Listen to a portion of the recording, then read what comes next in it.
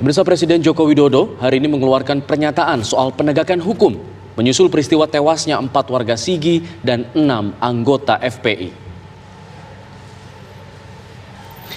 Pernyataan tersebut disampaikan Presiden yang didampingi Komandan Pas Pampres Majen TNI Agus Subianto di Istana Bogor, Jawa Barat. Menurut Presiden, kewajiban penegak hukum untuk menegakkan hukum secara adil.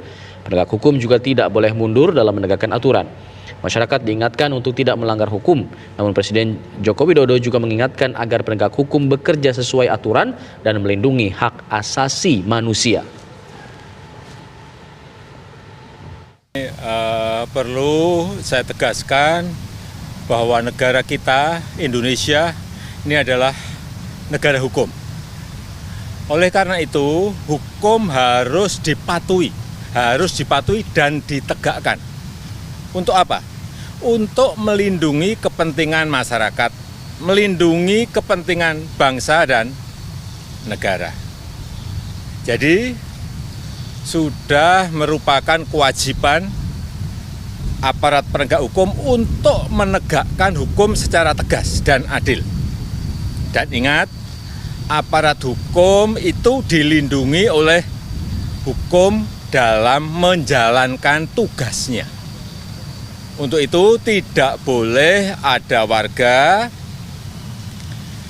dari masyarakat yang semena-mena melanggar hukum, yang merugikan masyarakat, apalagi membahayakan bangsa dan negara. Dan aparat hukum tidak boleh mundur sedikit pun. Tapi aparat penegak hukum juga wajib mengikuti aturan hukum dalam menjalankan tugasnya, melindungi hak asasi manusia dan menggunakan kewenangannya secara wajar dan terukur.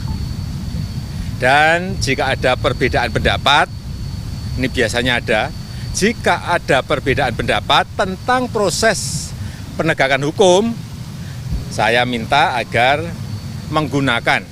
gunakan mekanisme hukum. Ikuti prosedur hukum, ikuti proses peradilan, hargai keputusan pengadilan. Jika perlu, jika memerlukan keterlibatan lembaga independen, kita memiliki Komnas HAM, di mana masyarakat bisa menyampaikan pengaduannya.